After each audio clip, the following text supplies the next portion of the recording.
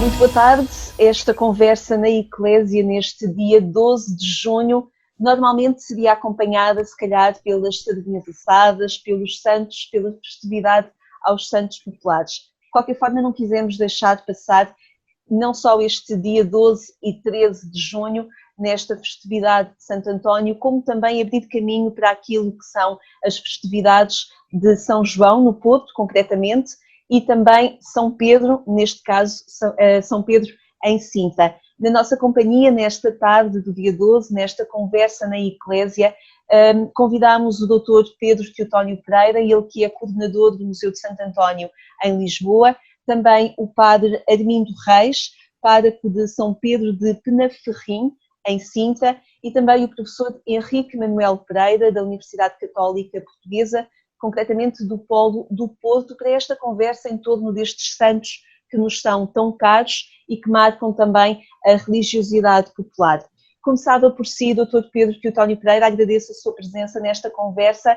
Naturalmente, nesta tarde do dia 12, o cheiro da sardinha assada já iria inundar aí as proximidades do Museu de Santo António, assim como a estátua de Santo António que está junto ao museu. Muitos passariam pela estátua para deixar a sua moeda ao santo, para fazer uma oração.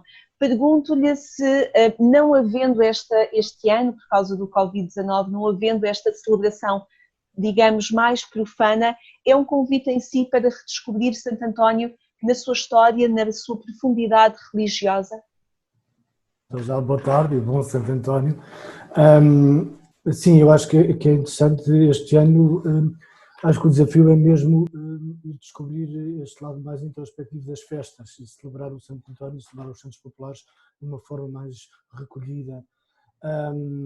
Nesta altura do 12 de junho, aqui o Largo de Santo António estaria inundado de pessoas a comprar o pãozinho de Santo António na igreja de Santo António, com o cheiro a manjerico e o cheiro a sardinha na rua. Tínhamos as noivas de Santo António e estava Lisboa a preparar-se para as marchas na Avenida da Liberdade. Tínhamos também, no dia 13, a procissão de Santo António. Portanto, são uma série de eventos que não se vão realizar este ano e que deixam, de alguma forma, a cidade mais triste. E, portanto, a ideia será realmente descobrir as festas em casa e festejar o Santo António de uma forma diferente este ano. E acredito que o Museu de Santo António tem em si também um programa para não deixar que o santo seja esquecido. O Santo António nunca será esquecido em Lisboa, acredito, mas o Museu de Santo António quer contribuir para que, de facto, esse esquecimento não aconteça. Sim, nós temos uma série de atividades e passamos muito das atividades para o online e para percursos de rua e visitas temáticas aqui na cidade de Lisboa. Por exemplo, hoje, dia 12 de junho, vamos inaugurar online uma exposição que chamamos Santo António de Coleção, em que desafiamos colecionadores de Santo António a partilhar algumas das suas peças numa exposição digital. E foi difícil porque para pedir um colecionador para escolher peças da sua coleção é muito complicado, porque todas as peças são boas e todas as peças têm uma história associada e, portanto, foi muito interessante ver esta escolha dos colecionadores. Vamos também, no dia 13 de junho, nós lançamos o concurso dos Tronos de Santo António, que é um evento que fazemos todos os anos. Normalmente fazemos uma exposição de rua aqui na cidade de Lisboa durante o mês de junho dos Tronos de Santo António, que é uma tradição muito antiga que acontece aqui na cidade de Lisboa, mas este ano lançámos o desafio online e, portanto, lançámos o desafio a Portugal inteiro e tivemos propostas de norte a sul do país e das ilhas incluído. E, portanto, amanhã vamos mostrar estes tronos participantes e vamos revelar quem são os vencedores do concurso. Temos aqui no museu a história de Santo António, para quem quiser passar por aqui e poder visitar o museu nas melhores condições de segurança. E temos uma pequena exposição da procissão de Santo António, já que este ano não vai ocorrer. Encomendámos há uns anos aos irmãos Baraça de Barcelos para eles fazerem a procissão de Santo António através do barro tradicional, da figura tradicional de Barcelos, e ficou muito interessante. São cerca de 330 figuras que nos mostram a procissão na atualidade. Temos também uma instalação digital de uma filmagem que fizemos no ano passado no Largo de São Miguel, no dia 12 de junho, aqui em Alfama, do que é um arraial de Santo António aqui na cidade de Lisboa. E como este ano não há arraiais, temos aqui no museu esta instalação que permite de alguma forma uma pessoa entrar no que será o arraial em Alfama, e é extraordinário ver aquela massa de gente, que este ano nos parece tão estranho, mas que com certeza para os anos que vêm vão se repetir outra vez. E de alguma forma as pessoas acredito que já se vão preparando para aquilo que, ou para o sonho que poderá vir a acontecer no próximo ano, e se calhar de uma forma um bocadinho mais singular ou com comunidades menores, poderão ainda acontecer em algumas casas este ano também festejar o Santo António de uma forma um bocadinho mais doméstica. Sim, exatamente. Já agora é um pouco voltar ao antigamente. Eu acho que é interessante porque antigamente realmente o Santo António celebrava-se muito dentro de casa, as famílias juntavam-se, havia a sardinha assada, havia as fogueiras, as pessoas saltavam ao fogueiro, e depois podemos falar disso por causa do São João, e portanto havia uma série de tradições que se foram perdendo, não é? E agora volta novamente a esta intimidade das casas, que é uma forma interessante de celebrar o Santo António. Sem dúvida, sem dúvida. Professor Henrique Manuel Pereira, perguntava-lhe, pegando até nesta palavra que o Dr. Pedro Teotónio Pereira lançou, esta palavra tradição, é possível manter uma tradição com um ano de interregno? Eu acho que sim, porque a tradição tem raízes muito, muito fundas e não é, com todo o respeito, não é um pequeno vírus que nos complicou tanto a vida, que vai acabar com esta tradição multissecular, tenho certeza absoluta. Como sabem, nós nem sabemos a origem propriamente do São João. Não é? São João do Porto perde-se, para usar aquela expressão, mais rolada do que um seixo, mas perde-se na noite dos tempos, a ponto de haver quem diga que o santo que está na origem nem é o nosso São João Batista, filho da Isabel e do Zacarias, mas um ermita do século IX. Enfim, respondendo diretamente, Lígia, não creio que um ano de interregno comprometa o que quer que seja da nossa vivência efusiva, comunal do São João. E pergunto-lhe, nestes dias, ainda falta naturalmente mais de uma semana até à celebração do São João aí no Porto, mas pergunto-lhe como é que consegue perceber, até culturalmente falando, esta reação de, na cidade do Porto, não se poder festejar conjuntamente o São João, porque é muito forte, não quero comparar celebrações, obviamente que não, nem a forma de um povo localmente fazer a celebração profana e religiosa, mas o São João no Porto é muito forte e sente-se uma forte ligação muito grande entre todas as pessoas que festejam na noite de 23 para 24 de junho o São João no Porto, concretamente. Ficarem limitados nesta celebração este ano, como é que percebe aí os ânimos na cidade do Porto, professor? Pois, um bocadinho como todo o processo que temos vindo a viver. Eu tenho a certeza que o Porto vai encontrar dinâmicas para viver o São João sem grandes tristezas, digamos. Claro que vamos sentir a falta de ir por essas ruas, percorrer os nossos bairros mais emblemáticos de São João, dar umas marteladas, enfim, porque o alho porro, entretanto, tem vindo a perder um bocadinho de terreno. Vamos sentir falta disso tudo, do cheiro a sardinha, do cheiro do manjerico na rua, mas sobretudo do toque, não é? Da cumplicidade de quem dá uma martelada, de quem dá um empurrão, de quem dá um abraço, de quem sorri, como se todos fôssemos uma imensa família. E estes últimos anos muito marcados aqui por uma autêntica multiculturalidade que depois se converte numa sadia interculturalidade em que todos estamos. Vamos sentir falta disso, claro, mas tenho a certeza absoluta e, enfim, nos meus círculos mais chegados já se começa a falar disso. Vamos arranjar dinâmicas mais familiares, claro, mas haverá sempre um amigo que tem um terraço onde podemos estar um pequenino grupo, com todos os cuidados, e tenho a certeza absoluta que essa dimensão da festa vai ser vivida. Uhum.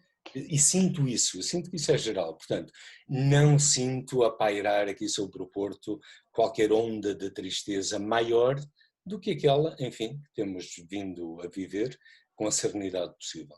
Uhum.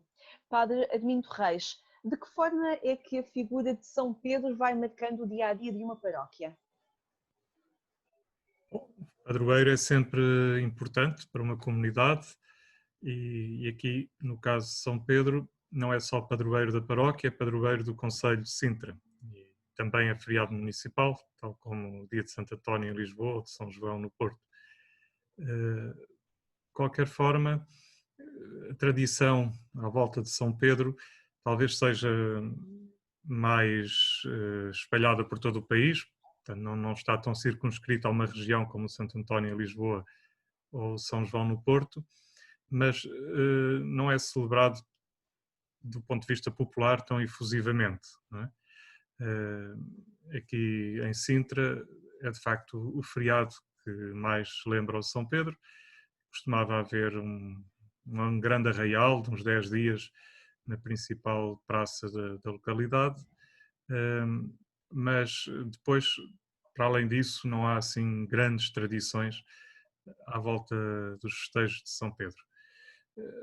Claro, a nível religioso, procuramos sempre celebrá-lo no dia próprio, a Eucaristia, havia a procissão, que este ano não vamos poder fazer, e é celebrado sobretudo pelos católicos praticantes, não é? As outras pessoas gozam o feriado, passam pela feira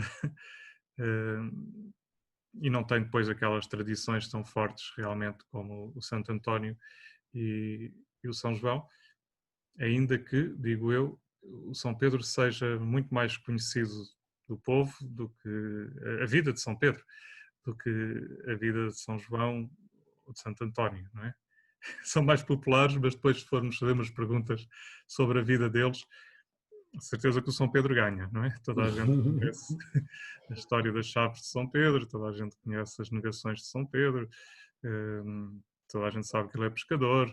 Enfim, se fizermos umas perguntas sobre São João Batista ou sobre Santo António, se calhar a ignorância é maior. E imagino que seja também uma ocasião para o pároco propor ainda mais a vida do orago da paróquia, porque mesmo que comumente se saiba algo sobre a vida desse santo, é sempre uma ocasião para se procurar saber mais e até convidando os fiéis a unir a sua vida a esse testemunho que nos chega aos dias de hoje. Sim, São Pedro é um personagem muito rico, não é? Na Sagrada Escritura, quer do ponto de vista humano, porque é um homem simples, um homem como qualquer um de nós, quer do ponto de vista da fé, porque nessa simplicidade e nas suas fragilidades acaba por ser aquele que reconhece Jesus como Filho de Deus, aquele que professa a fé em nome de todos, portanto aquele que Jesus escolhe para ser a coluna da Igreja, não é? E é essa proposta que nós fazemos às pessoas e procurando também que aqui tomem consciência de que este padroeiro não é assim algo recente ou algo que se tem importância para esta terra, para esta comunidade, porque desde o século XII foi a primeira igreja feita junto ao castelo em Sintra, foi de facto a igreja de São Pedro de Canaferrim, que depois foi edificada uma outra cá em baixo, a atual, não é, no século XIV, e portanto São Pedro, digamos que é assim o pai espiritual desta região, embora às vezes a memória já se perca, não é? Muita gente já não tenha essa noção. Dr. Pedro Teotónio Pereira, falávamos há pouco da família, da importância, se calhar, de revitalizarmos esta celebração dos santos populares num ambiente mais pequeno, mais comunitário. E Santo António é, digamos, um santo que tem uma família além fronteiras. à Igreja de Santo António e ao Museu de Santo António, que coordena. É um local habitual de diferentes pessoas, de diferentes geografias, e através de Santo António se descobre, pergunto-lhe, uma família muito alargada. Este santo reúne uma grande diversidade de pessoas que vão à igreja e que vão ao museu à procura desta figura singular. Sim, é verdade. Realmente o Santo António é muito popular no mundo inteiro. Aliás, atrevo-me a dizer que será um dos santos mais populares do mundo. E esta tradição do Santo António foi muito levada pelos portugueses e pelos italianos pelo mundo fora. Nos descobrimentos iam sempre franciscanos nas caravelas e levavam sempre o nome de Santo António, e é interessante percebermos a forma como se celebra o Santo António no Brasil, na América Latina, em África, na Índia. Há uma devoção muito grande por Santo António, também nos Estados Unidos da América, mais levado pelos italianos, a África também pelos italianos, mas é interessante perceber que é um santo que se difundiu pelo mundo inteiro e que depois vai ser integrado através do sincretismo religioso nesses países, e portanto a forma de celebrar o Santo António é completamente diferente na América Latina, ou na América do Norte, ou em África, ou na Índia, mas aparece sempre o nosso santo com o menino Jesus ao colo, que é uma imagem icónica e que se distingue muito bem, e portanto parece-me a mim que foi uma das formas da presença de Santo António ter uma força tão grande. Pergunto-lhe se esse reconhecimento mundial de Santo António de alguma forma conforta os portugueses, reconhecendo uma maior ligação a esta figura. Isso muda a forma como os portugueses também se relacionam com ele? Sim, quer dizer, eu acho que o Santo António é muito mais do que um santo de altar, não é? Portanto, o Santo António saiu do altar e é um fenómeno cultural interessante, porque há muitos devotos de Santo António, há muitas pessoas que vivem em Santo António, católicos e não católicos, e portanto é interessante a forma como as pessoas se relacionam com este santo, e é assim há muitos séculos. Estou-me a lembrar que a família real referia sempre a Santo António como o Santo Antoninho, e há esta relação muito próxima das pessoas, quase de um familiar. É uma tradição muito portuguesa esta de se relacionar com o Santo Antoninho. Este Santo Antoninho era para haver uma distinção entre o Santo Antão do Deserto, o Santo António Grande, e o nosso Santo António, aqui de Lisboa, mas revela uma intimidade muito grande, e depois as pessoas vão criar uma relação muito próxima e muito própria com este santo, e portanto há muitas tradições associadas a Santo António, que são algumas vezes estranhas, a forma até de castigar o santo e de tentar que o santo cumpra o que se é pedido, mas revela esta intimidade muito grande com o Santo António, que ficou. Professor Henrique Manuel Pereira, se esquecermos esta parte da religiosidade popular e até da celebração profana do santo, consegue-se perceber aquilo que São João representa para o povo na cidade do Porto? Ou precisamos das duas dimensões para perceber de facto o alcance e o peso que São João tem? Absolutamente. Eu diria que no caso de São João, o nosso São João do Porto é o caso típico da religiosidade popular. Se o Santo António já saiu do altar, não é? Como dizia o nosso amigo Pedro Teutónio, o São João, há muito tempo o nosso São João, não é? São João do Porto, é muito difícil nós ligarmos o São João do Porto ao homem do viver austero, da palavra cortante, enfim, que termina os seus dias servido numa bandeja, ou com a cabeça, não é? da Salomé. Não, o homem que batiza Jesus Cristo, o homem que já é santo antes de nascer, e não é por acaso que, curiosamente, o São João é uma exceção, não se celebra o dia de São João, o dia da morte, mas celebra-se o dia do nascimento, porque ele já é santo antes de nascer, não é? Porque temos a narrativa do Evangelho, a Isabel, o Zacarias, a Isabel já à idade avançada, é infértil. Portanto, hoje, ligarmos o nosso São João do Porto ao São João do Evangelho é tremendamente difícil. E é ao mesmo tempo bonito, porque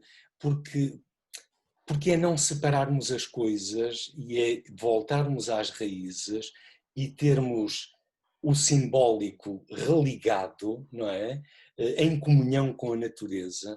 Repare, o São João do Porto, volto a dizer, nós não sabemos as origens, mas pela data podemos especular aqui uma série de coisas.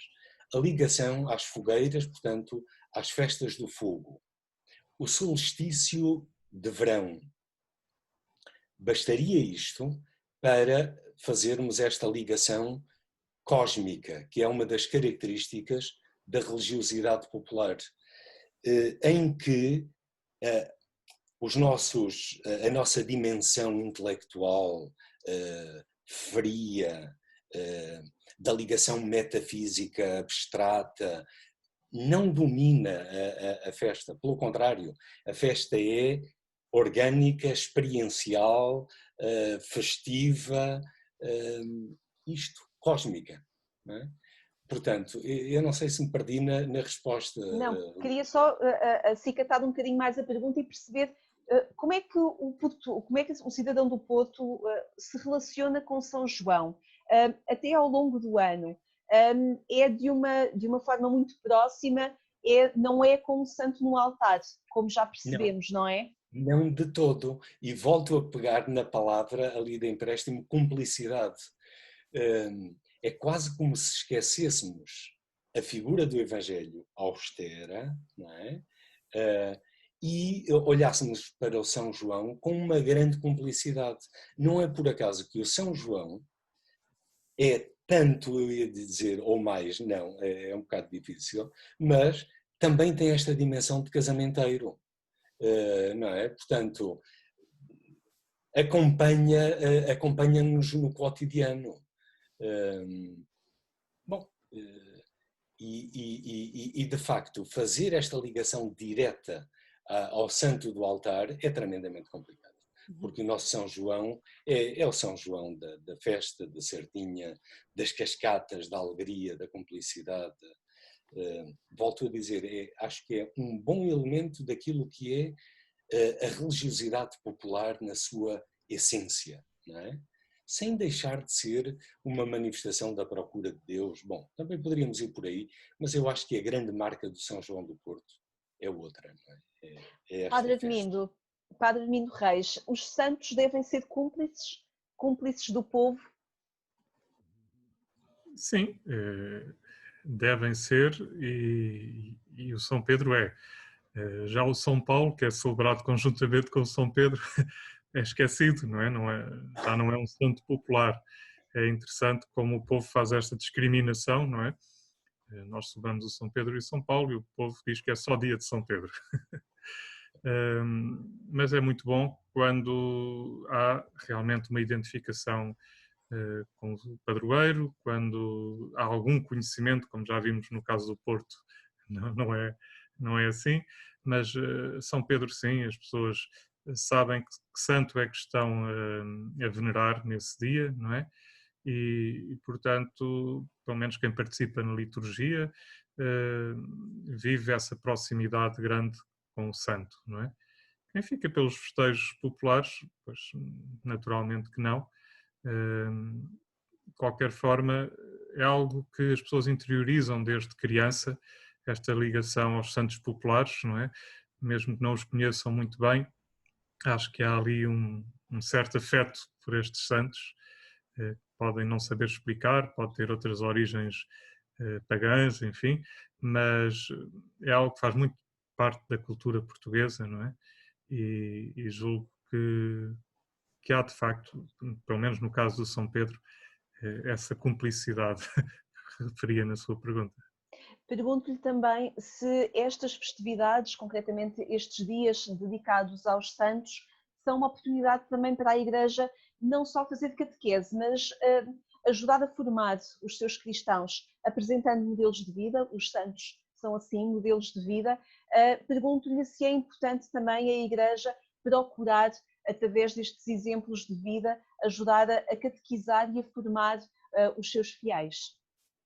Sim, a festa de um padroeiro é sempre a ocasião de o apresentar como referência, como modelo de discipulado, de seguimento de Jesus Cristo e, portanto, na homilia da missa, Não é o caso aqui, mas em alguns sítios em que há pregações também fora da missa, durante as procissões, são sempre oportunidades de evangelizar, não é? Com a vida do santo, mostrar que é possível também hoje nós sermos santos, é possível também hoje seguirmos Jesus Cristo, com algumas pistas que esse santo nos dá. Isto sobretudo na vivência religiosa, nas celebrações do santo. A nível popular, pronto, já não tanto.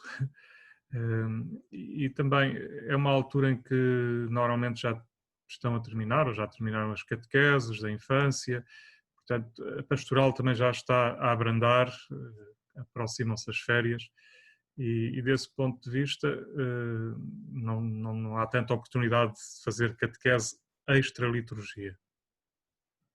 Lígia, posso fazer um parênteses? Diga. Dizer ao Sr. Padre Armindo que nós aqui no Porto, concretamente a comunidade da Afurada, também vamos sentir a falta de celebrarmos o São Pedro, porque há uma procissão muito bonita em barcos, não é?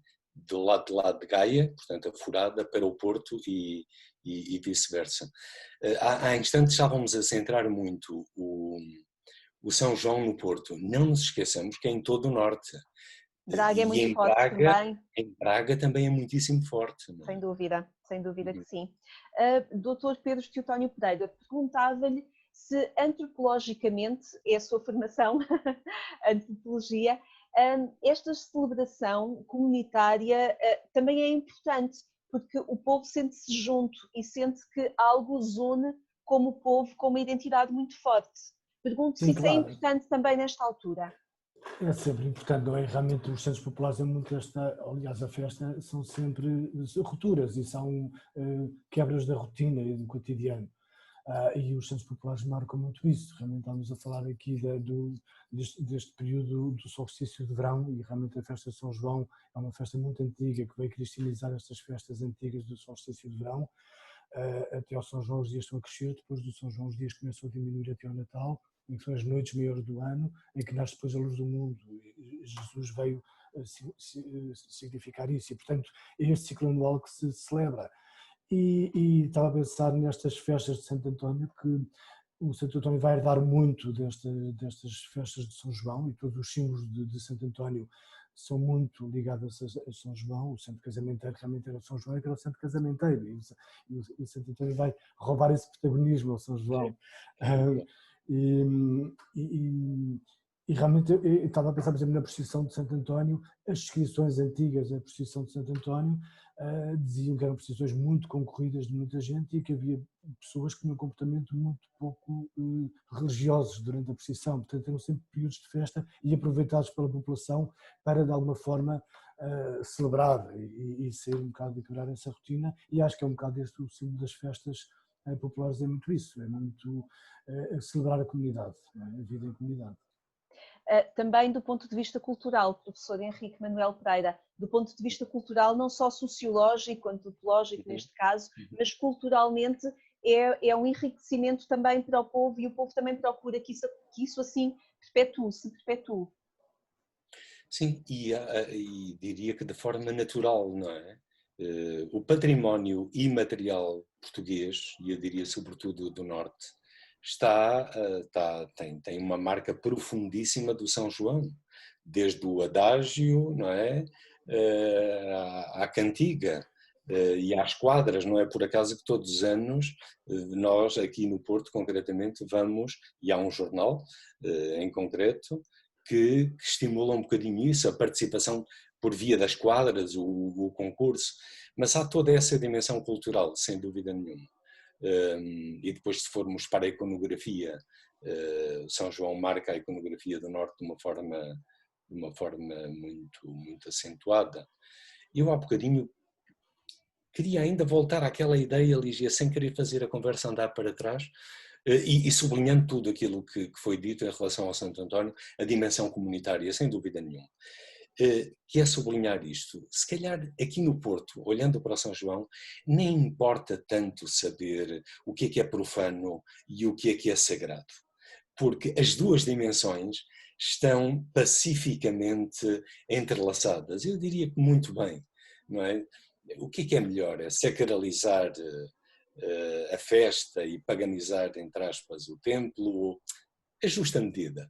E eu acho que o Porto, o povo do Porto, na forma tradicional como vivemos e celebramos o Santo António, essa justa medida está encontrada. Acho que nunca senti por parte da Igreja esta preocupação, não é? Em separar as coisas. Andam juntas e muito bem. Mas claro que também há esta ruptura do cotidiano, o que é muito saudável do ponto de vista antropológico, e eu diria que essa é que é a grande marca de São João. A dimensão cultural é importante, a dimensão da fé é importante, tudo isso, mas eu diria que a grande marca de São João é esta, não é? Esta raiz antropológica muito forte.